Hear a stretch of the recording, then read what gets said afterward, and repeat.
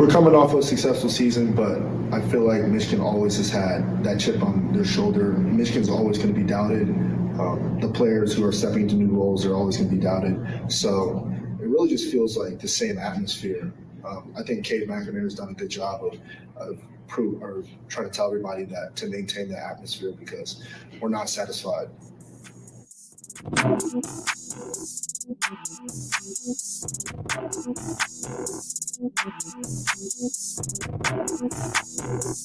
Welcome in. It was Taylor Upshaw, Michigan defensive end, number 91. Michigan's not satisfied with making the college football playoffs last year, not resting on their laurels. I'm making that last part up, but Upshaw, that's been the theme here in the spring. All right, you guys had a successful season.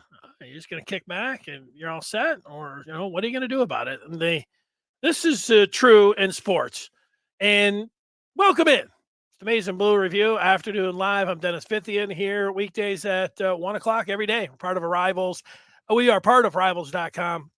Talk about the latest in Michigan sports. A lot of that has to do with football as we look towards the weekend and the spring game coming up on Saturday. But we do have some news regarding basketball, men's basketball, and an assistant coach who is staying put. And we'll definitely get to that here on this Wednesday, March the 30th, last Wednesday in March 2022. And I said we peek ahead towards the spring game on Saturday. And what is true in sports, it is very difficult getting there and winning a championship. Look at Michigan.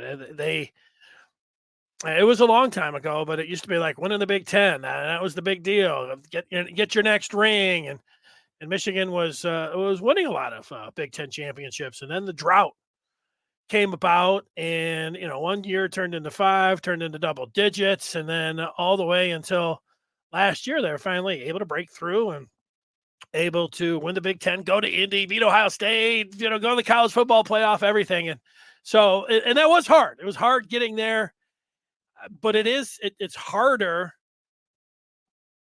to stay. It's harder to repeat.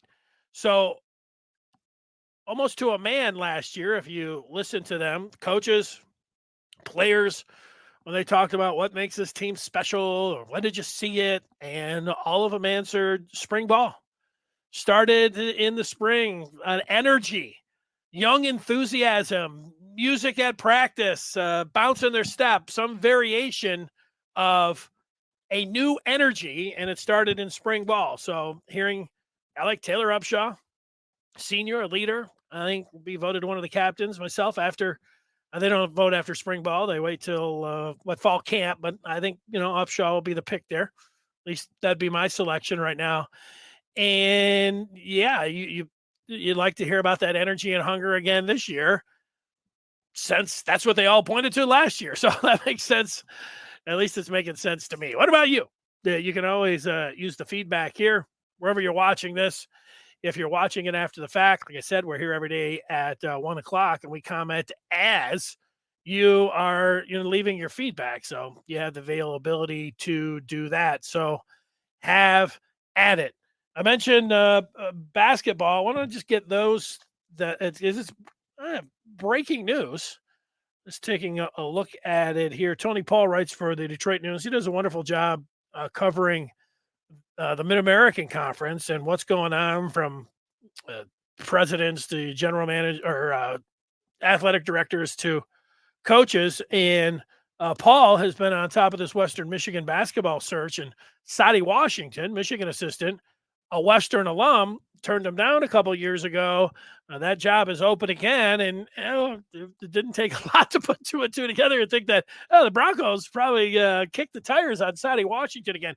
Here's the breaking news. Paul, in a tweet just a few minutes ago, said, for a variety of reasons, his family comfort in Ann Arbor, chief among them, Michigan assistant basketball coach Sadie Washington, if he hasn't already, is expected to sign an extension after passing on the Western Michigan University head coaching job for a second time. So good luck to Western Michigan. Good news for the University of Michigan, because at some point, when you're Howard Isley, when you're Sadie Washington, it's going to happen. You're having success in Ann Arbor. It's going to be other teams that come knocking, come looking for you. And this is the second time here. Sadie staying put and waiting. So, again, good news for Michigan.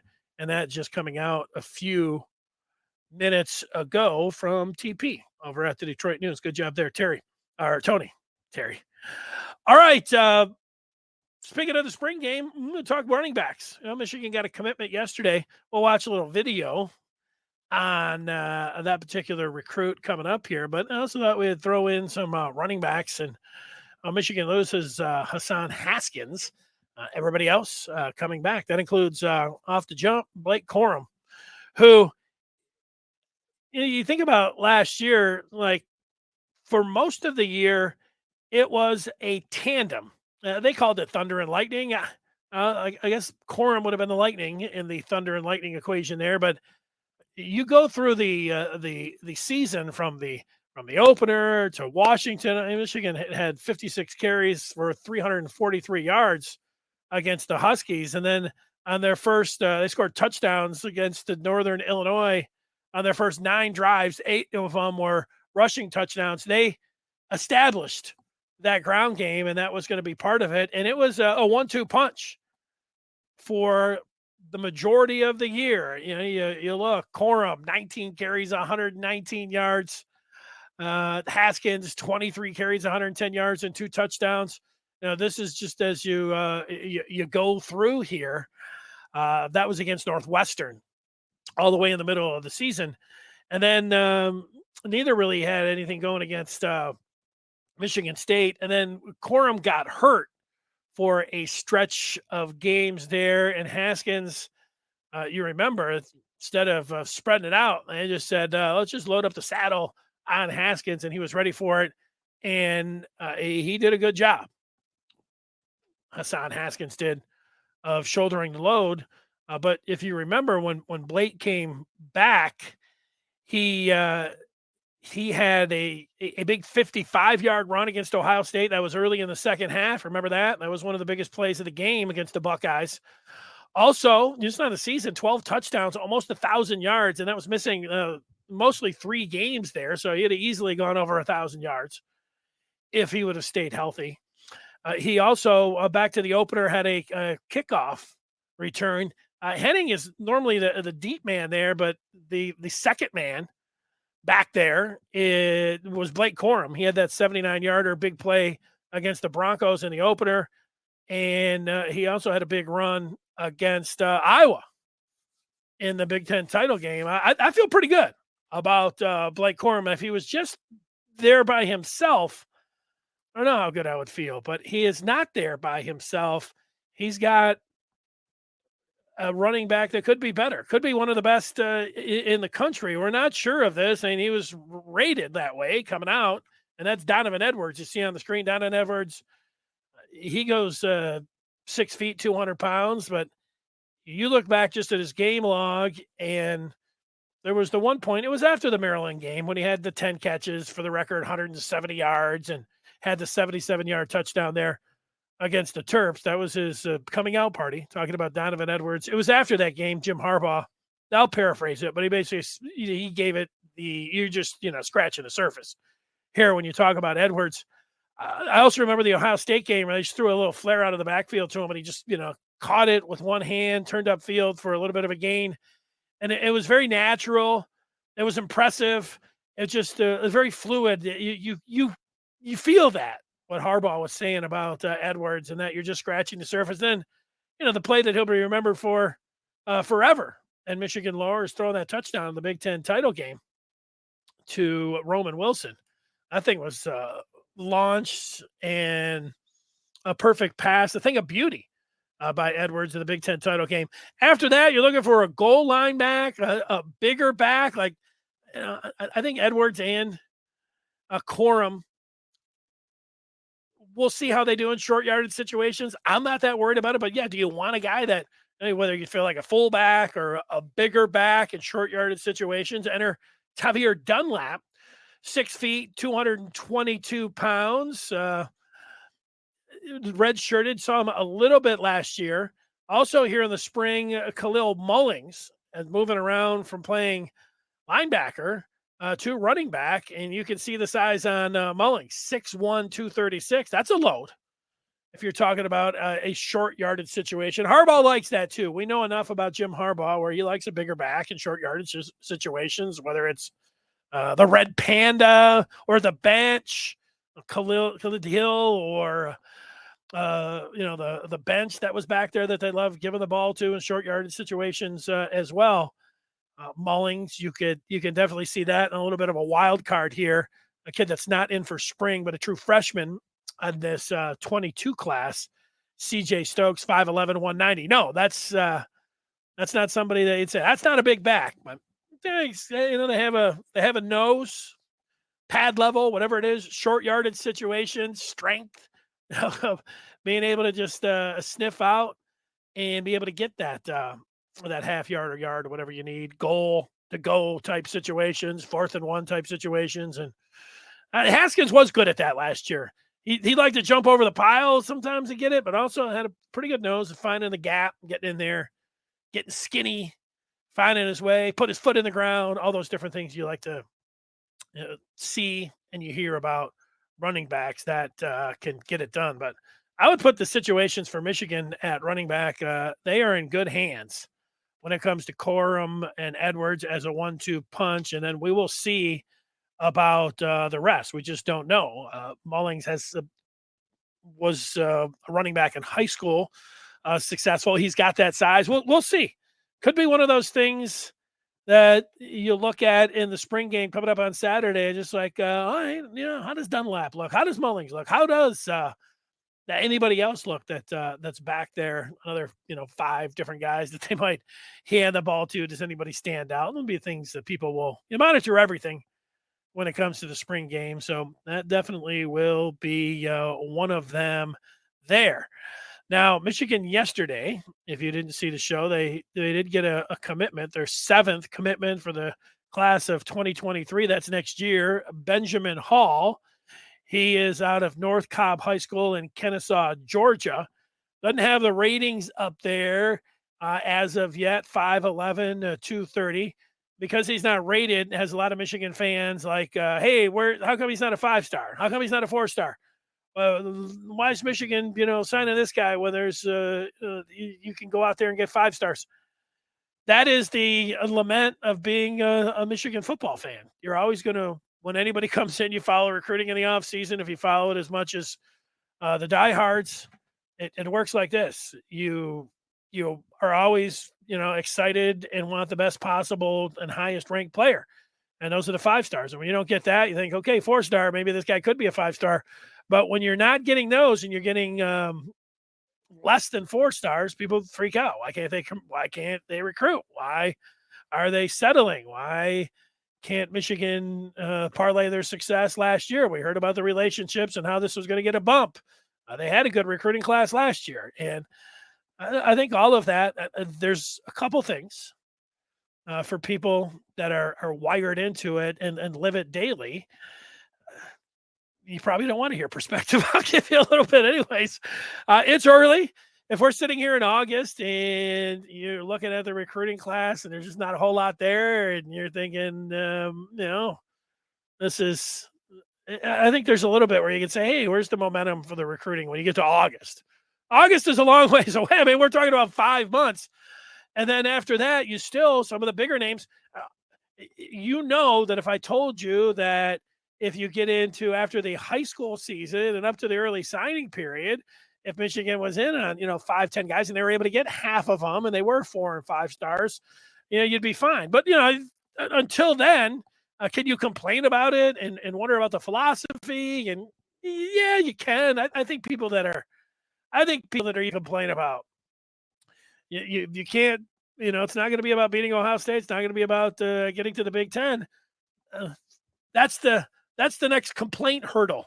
Hey, can you have continued success and the expectation, like for me, Michigan was a top 10 for the last few years, and actually for a while. If Michigan's buzzing around the top 10, that was going to be fine with me. Although, did I want to see Michigan in the top 5 in recruiting across the board? Yeah. I can see it, get them number 1 class, number 1 players, all of those things.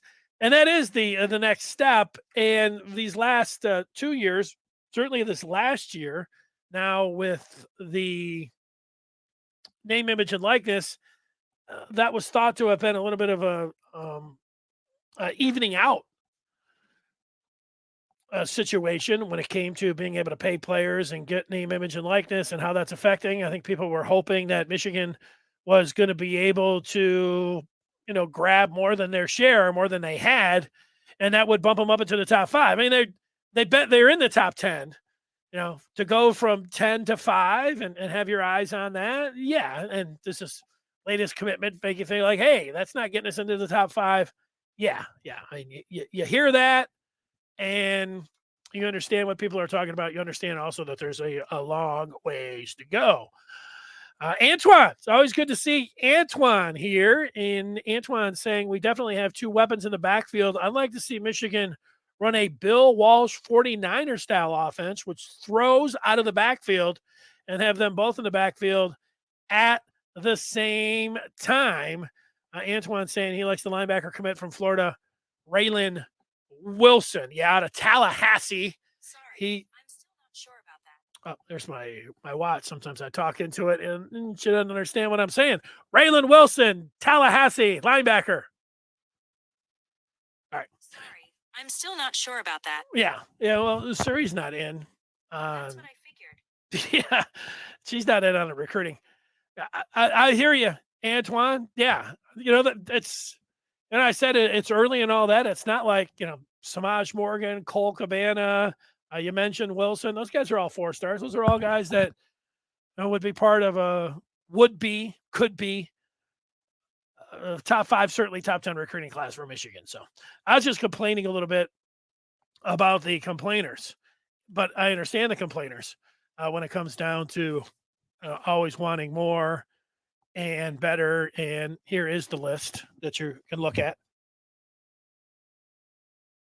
of Michigan and who they have in there. I guess I failed to mention Rappelier, the tight end, who's also a 4-star on one of the 7. Having said that, Hall, the running back out of Georgia, here's some of his tape. Let's take a look at it. Let's see if anything pops here as we watch the running back starting out in slow motion and then weaving around there, getting to the end zone.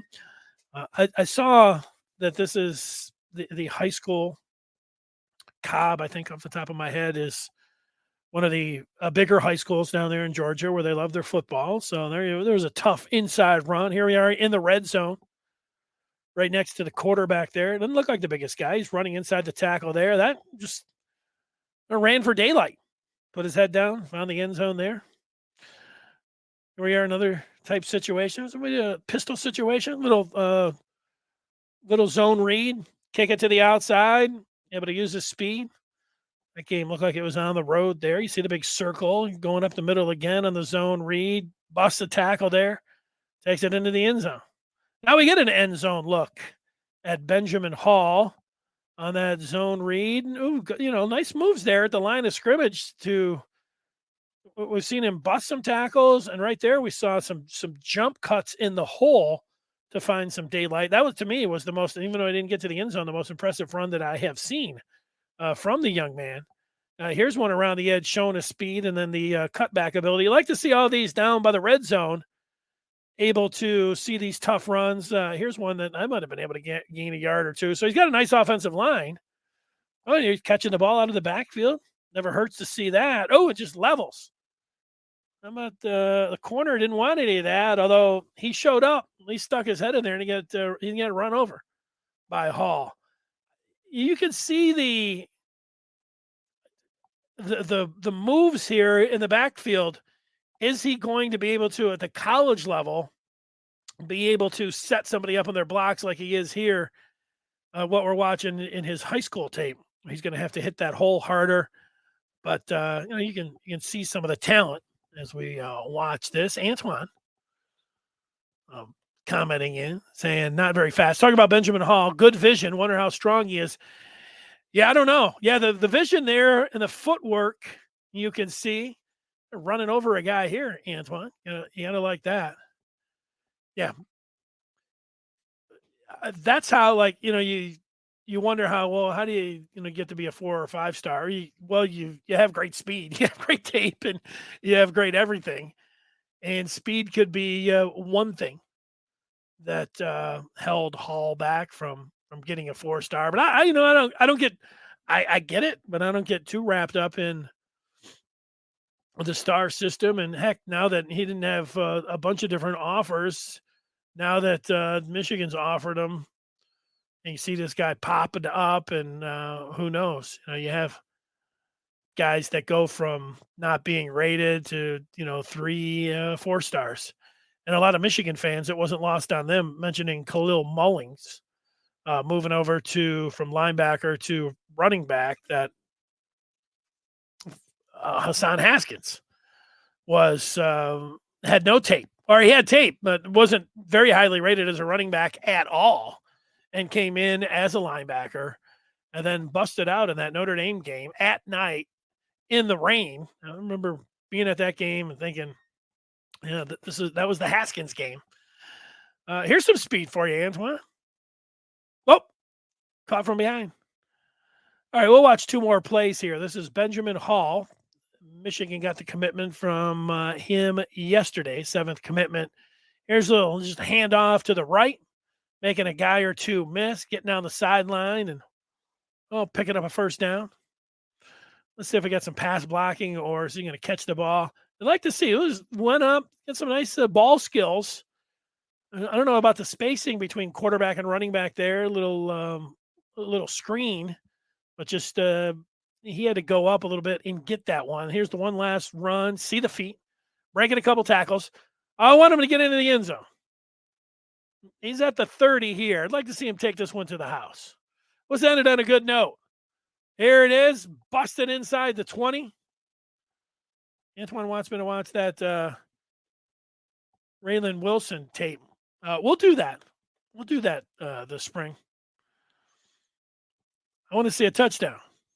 When I said we're just going to watch 1 or 2 more, I'm looking for the TD. Could be it, down the sideline. Got a lot of film on Mr. Hall. Here's one. Maybe he's smelling it. That would be an impressive run if he was able to get to the end zone. He carries guys with him up the middle. You see, contact, yards after contact. Pretty good. Maybe here another little screen. And he is going to dump off. I didn't see what happened there. Maybe they're showing some good pass protection. There's a little run up the middle. You're taking it from the house from the 50.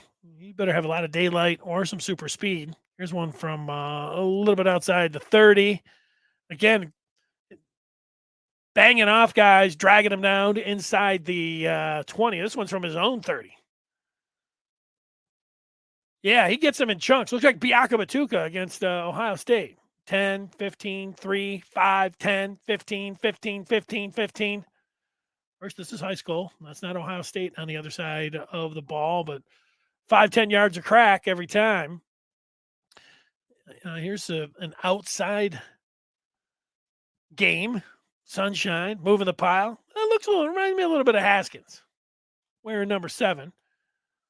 Standing up. Say, reminds you a little bit of Donovan Edwards. That's his number. Waiting on that elusive TD here.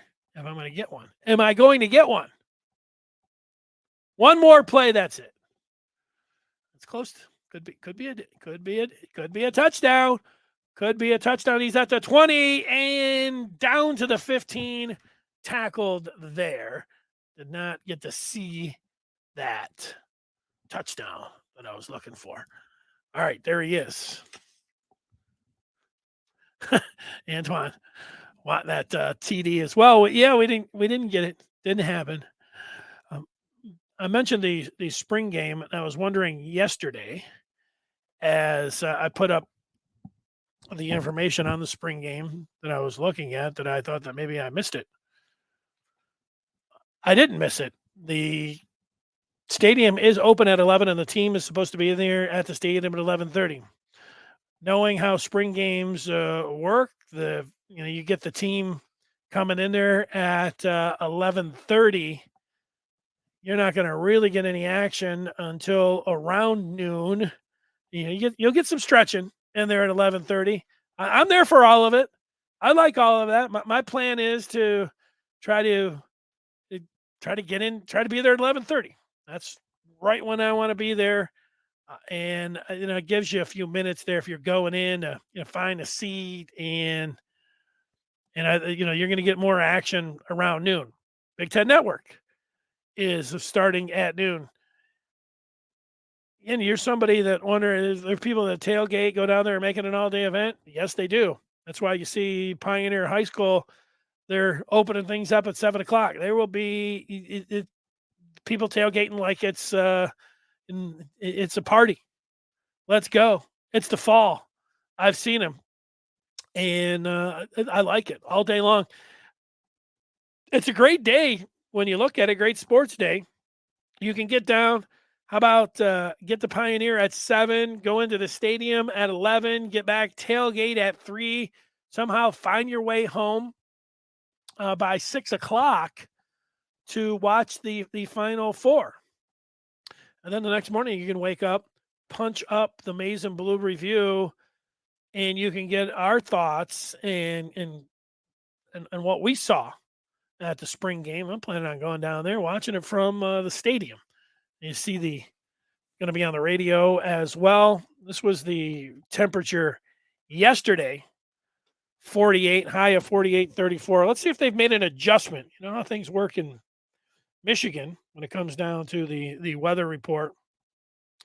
And that was what I had put up there yesterday, 48 degrees. And the possibility of coming up ahead here. Let me look. 48 and 34. Same thing. Calling for the same thing on Saturday. 48 degrees, although I see a 48% chance of rain. Partly cloudy in the morning, increasing clouds with periods of showers later in the day.